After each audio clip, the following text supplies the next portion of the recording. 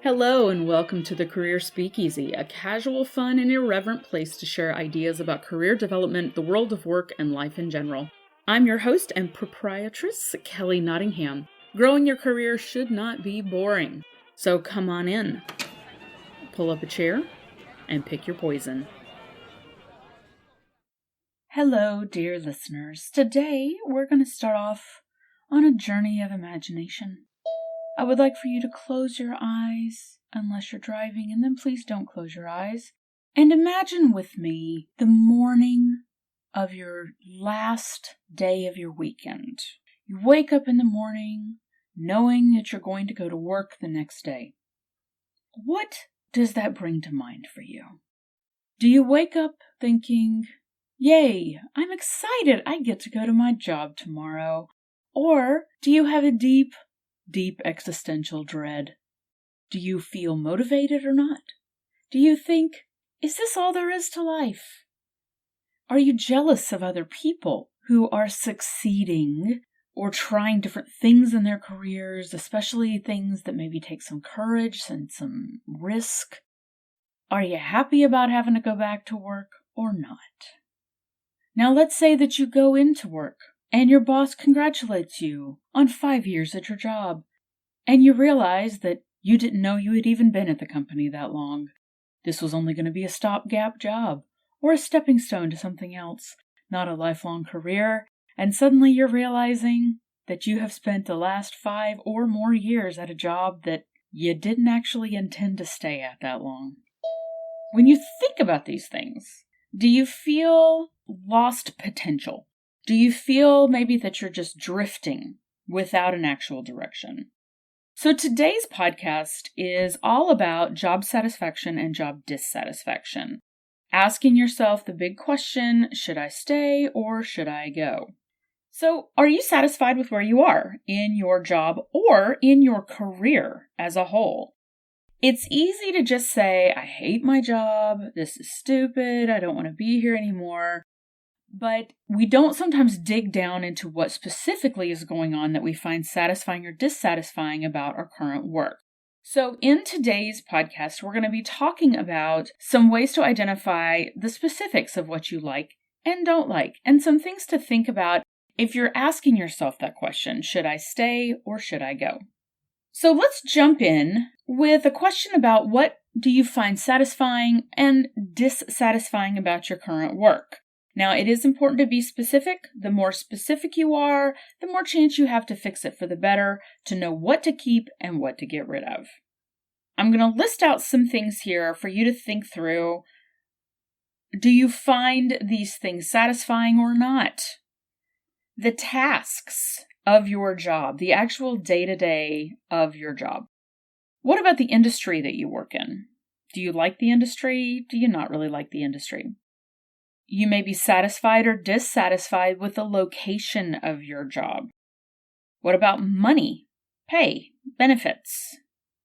The values or the mission of the company or industry, do those mesh with your values and your mission statement for yourself? Have you even actually identified the values and mission statement for yourself? We're going to talk about that in another episode.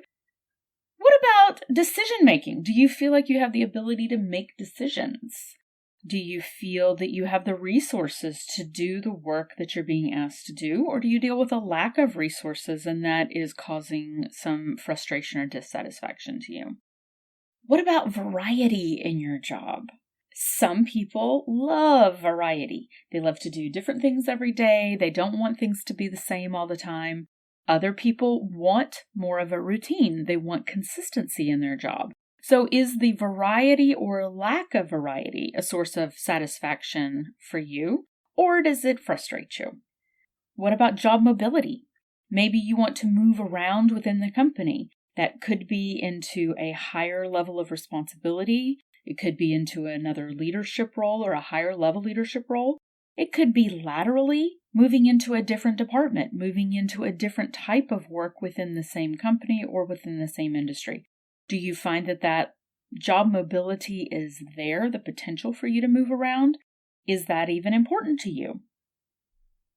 What about about learning new skills and being able to put them into practice? Do you feel stagnant in your learning within your job? And here's a big one. The people that you work with or for, do they add to your job satisfaction or do they add to your job dissatisfaction? Now, my sister, Rachel, is brilliant. I've mentioned this before. Another one of her life quotes that I have used many, many times in my own life to think about the way that work affects all of us is this. Every job has a bedpan part. Now, those of you who may be in a medical field are probably chuckling a little bit right now. So for those of you that are not familiar with what a bedpan is, it is essentially the container in which patients go to the loo. And those require changing out. And it is probably not a pleasant experience to have to do this for people. But every job has some type of aspect to it that is not going to be fun. Now, if it were all fun, nobody would pay you to do it, right? And that's one of those topics we're going to be discussing in just a moment. Your bedpan part, whatever that may be for you in your job, it can sometimes maybe be a bigger part of your job. Sometimes it's maybe not as much of a part of your job. But if you find that the bedpan part of your job is becoming bigger and bigger, it's becoming more and more a part of your day, or if your tolerance for it is going down, it might be time to look for something new. On the other hand, you may realize that your bedpan part was taking up a ton of space in your head, but actually not really in your job, and the benefits of the work outweigh the cost of having to do the bedpan part. That's good to know. Maybe you can figure out ways to lighten that bedpan part of your work. So what is the bedpan part of your job? The part that you really just do not enjoy, the part that you have to do that is not really all that fun for you. How much bedpan part are you willing to tolerate in your work? There needs to be a balance of bedpan to happy work, and it's different to each person. It can be something that you don't really mind as much. It can be such a small part of your job that it doesn't really affect your overall job satisfaction. This goes to the idea of skill versus will. This was a model that was made popular by Max Landsberg in his book, The Tao of Coaching. And essentially, this model talks about two different ways of looking at work. The skill, the ability to do the task or the job, and the will, which is the desire to do the task or job. So this model breaks out into 4 quadrants. High skill, high will. High skill, low will. Low skill, high will. And low skill, low will. All right, so we're going to break down each of these 4 to explain exactly what they mean. High skill, high will means that you have the ability to do the job well, you have the skill to do it, and you also want to do it. Your will to do the job is high. This is awesome. This is yay. This is where we want to be. High skill, high will.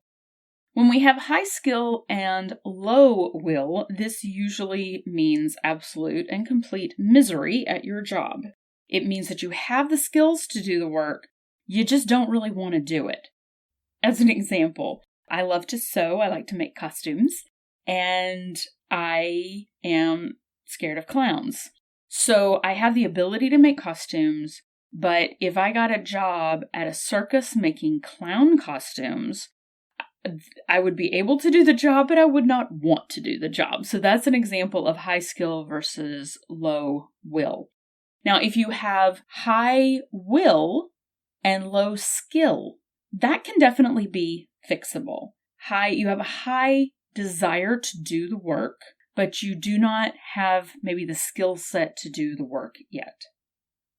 Low will and low skill, get out of this job if you can. You don't want to do the job. You are not really capable yet of doing the job. You don't have the skill set for the job. And frankly, you just don't want to do it. So that's a situation where you want to get out of that type of work. What I like about this model is that it helps to clarify for us Just because you can do a thing doesn't mean you're going to be happy doing it. And just because you want to do it doesn't mean necessarily that you have the skill set to do it.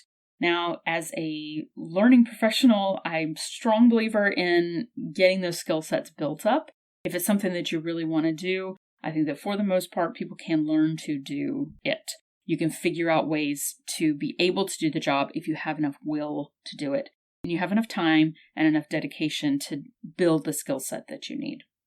So another way to look at this, kind of turning this model around a little bit, is that you might be doing the right work at the right place. That's awesome. You probably don't want to leave that job. You want to stay there, continue to build your skills, and continue to work in that environment.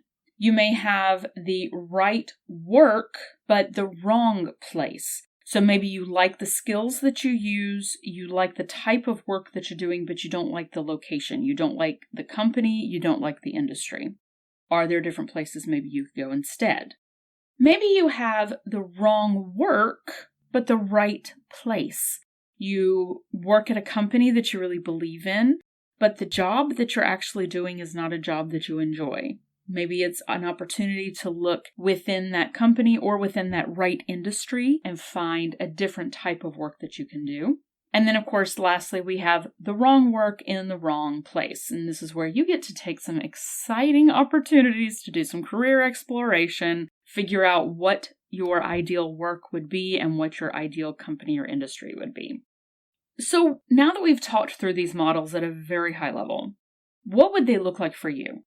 It is different for every person.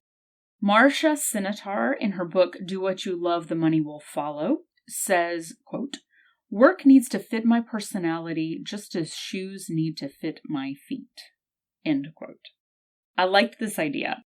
Even flip-flops aren't one size fits all. We all need to look for the unique path that is going to give us work fulfillment, that is going to really light our fire as far as our work goes. And it's going to be different. It's going to be unique from other people's paths. Everybody's tolerances for bedpan parts are different. Everybody's bedpan part is different.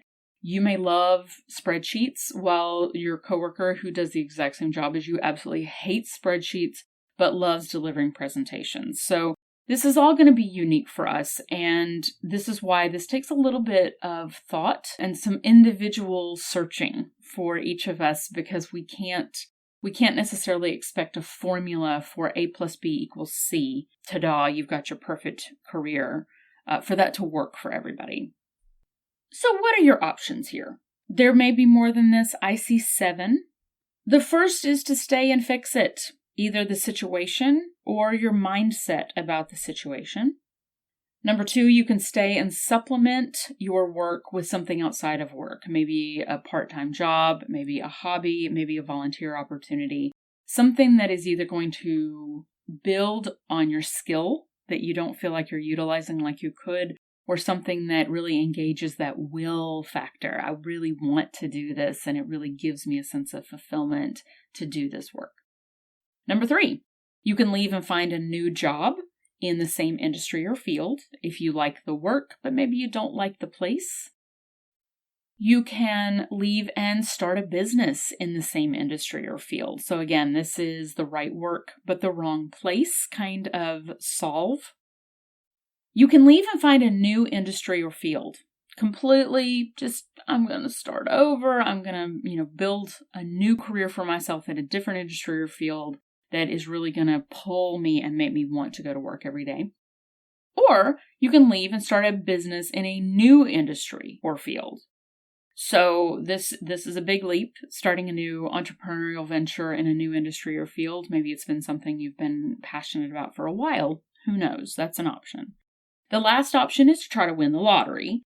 Just so you know, I am also trying to win the lottery, so you have some competition, although I never win anything, so odds are probably in your favor. Okay, so those are your options. Now, you may be saying to yourself, okay, yeah, this is all well and good, but, the big but. There are 2 common pushbacks to this discussion. Number 1, I can't afford to start a new job or career. I have a mortgage. I have rent. I have kids. I have very high maintenance cats. I have a huge phone bill, whatever it may be. The truth is, some of the decisions that we just talked about, some of the options, could cause you to consider dropping down, so to speak, on the corporate ladder or on your career path as a whole. It could cause you to take a role that pays less, or you could actually start as a beginner in a whole other field or for another company, or going back to school. Now, this is definitely going to impact your lifestyle. Golden handcuffs are, in some ways, the first world problems of being in a successful, or at least financially successful career. Things like a nice large house, being able to take vacations on a regular basis. I've gotten used to making this much money or having these job perks, and I am afraid to leave my job because I don't necessarily want to lose those things. Golden handcuffs can be very serious distractions from choosing work for ourselves that is going to fulfill us and utilize the skills and engage our will in our jobs. Personally, I think golden handcuffs like this, this whole idea of wealth accumulation is a facade. The idea of quote unquote success that we see in culture nowadays is really a lie sold to us by companies who make money off of that image of what success is. We also absorb other people's ideas of what success is over the course of our lives, depending on what we're told as children, depending on what we see other people doing and what we see success being. And again, if you have listened to the perfectionism episode, you can know how smothering this can be to look outside of yourself to define what success is. It is important for us to identify what we think success is and what we really understand success to be based on what our own interpretation of that word is. What do you think your potential is? What do you think satisfaction means? What do you actually want out of life? What's trapping you in your current life? You may have, we talked about your house, your lifestyle, your friendships. You don't want to leave a job because you don't want to lose your friends. You don't know what's coming up next. And so there is a sense of security with the role, the job, the career that you currently have, that the thought of giving that up is terrifying. But guess what? You never know what's next. We only have to look at some of these large corporations like Enron, for example, to see that things can turn drastically just on a dime from one day to the next. Job security is gone. Your career may be completely upended. So what would a fair trade-off look like to you to do work that motivates you or makes you feel fulfilled? Would it be a fair trade-off to say, I would rather have a smaller home and feel fulfilled? I would rather live in a different place. I would rather go back to school and deal with some of the upheaval that comes with going back to school rather than deal with these golden handcuffs that I'm worrying about all the time that I have to protect for some reason in my head. Okay, so I'm going to get a little woo-woo here. If you think about money as energy, after all, that is the barter, right? You are trading your time and energy for this tangible thing that we as a society have said this piece of paper has value. Yeah. What vibe is your money giving off? Does it feel like a fair trade to you? Does it feel like a reward for sharing your minds, your skills with the world? Or does it absolutely reek of sadness and misery, and I just hate going to work every day, but at least I get this money? Are the things that you're able to buy with your money worth that trade-off for you?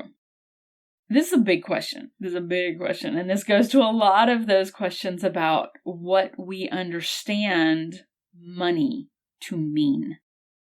And this leads to the second big pushback or discussion that comes up when we start having these conversations about job fulfillment versus staying in a job that maybe doesn't fulfill you, but at least it pays the bills. This one is a doozy. Do you deserve to enjoy yourself at work? What messages about work did your upbringing say? Should work be hard? Was there an idea that has embedded itself in your mind that there is something valiant or noble about struggling to make a living? Have you been told repeatedly about starving artists? So that fear of doing what your passion is telling you to do will lead you to not having any kind of financial security. Can work be fun? Or is there something just not quite acceptable about work being enjoyable? Now, in the US especially, our current economy and way of thinking about work is largely built on what's called the Protestant work ethic. This dates way back hundreds of years to specifically Calvinism, which is a form of Protestant Christianity. And essentially, what the Protestant work ethic says is that hard work and struggle plus thriftiness plus efficiency are signs of faith. And deep in this idea is the concept that if work is not hard, if it's not a struggle, then it is somehow ethically wrong or sinful or predatory on the backs of others. Now, a lot of us were raised with this concept that you have to work hard and you have to be thrifty, and those are tenets of being a good person. Now, even if you don't believe in these religious tenets, many of us have absorbed this message because this concept has extended far beyond just the Protestant Christian churches that support this type of theology. Work should be hard. We have this concept, I will say, especially in the United States. For those of my listeners who are outside of the US, I would love to hear from you. If you also see this work ethic showing up in your cultures and where that might come from. That's a fascinating topic. So please share with me if you have different views on this or you have a similar experience, but you were raised in a different culture. If you're hearing thoughts in your head as we talk about this, that work should be hard, if it's not hard, it's not work.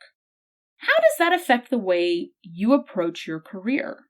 Have you sacrificed something that you maybe had a higher will to do and even maybe a higher skill to do because work isn't supposed to be fun? Work is not supposed to be enjoyable. It's supposed to be something that you do for the majority of your life and then you finally retire? Are these statements even true? Or is this a facade that we have built as a culture to keep people working, to keep people doing jobs that aren't fun? Is this something that we have told ourselves over and over again subconsciously to the point that we believe that it's true? Now, I'm not going to get into a lot about generational differences, not in this podcast, but I will just throw out there that I am a prototypical Gen Xer. I am cynical and I don't trust authority, generally speaking. Self-sufficient and used to kind of having to do things on our own. That's Gen X. We were the original latchkey kids, right? One thing that I am grateful for at this point in time is seeing that the younger generations behind my generation, so the millennial generation and the Gen Zers that are coming into the workforce now, seem to really be pushing vocally to move away from this concept of work should be hard. And I'm very happy about this. My generation, Gen X, is very small. And so we have basically, from a very early age, just given up on trying to change a lot of things because we just didn't have enough of a voice to be able to change stuff as easily. So people are now looking for more of a balance between work and non-work life. We're looking at the world of work and saying, why should our work suck the life out of us every day? I don't want to work in that kind of environment. I don't want to work until I'm 70 something and then finally retire and finally be able to go on vacation or enjoy my life then. We are getting to a point now in our society where we want to be able to enjoy our lives as we go and not postpone it until we are done working because there is something somehow incompatible with enjoying life and working at the same time. So these are some deep thoughts for us to go through today. And that brings us to last call. I'd like for you to identify what specifically you like and don't like about your current work. What are the bedpan parts of your job? Is your satisfaction or dissatisfaction with your work based on your skill or your will, or maybe both? What is the mythology that you have built for yourself about what work means? Is it supposed to be hard? Does hard work somehow make you a better person? Does not enjoying your work make you a better person somehow? Think about giving your retirement speech. What would you want to be able to say about your lifetime of work, the body of work that you have put together over the course of your life? What would you want someone else to say about your work contributions at your retirement party? Take some time, think through, catch those messages in the back of your mind, those stories that you tell yourself about work. When you look at the work that other people do you catch yourself thinking, yeah, but that's not really working in the same way that you really work? If you have questions, if you have comments, I would love to hear from you. Please email me and let me know your thoughts on this. Anything I missed as far as options for dealing with these kinds of questions. Good luck. Have fun digging through some of these long-held subconscious thoughts about what work really means. So the big question then remains, should you stay or should you go? Bye, everybody. Well, thanks for joining me. If you have suggestions, feedback, or just something random you want to share, email me at careerspeakeasy@gmail.com. And come visit again soon. Cheers.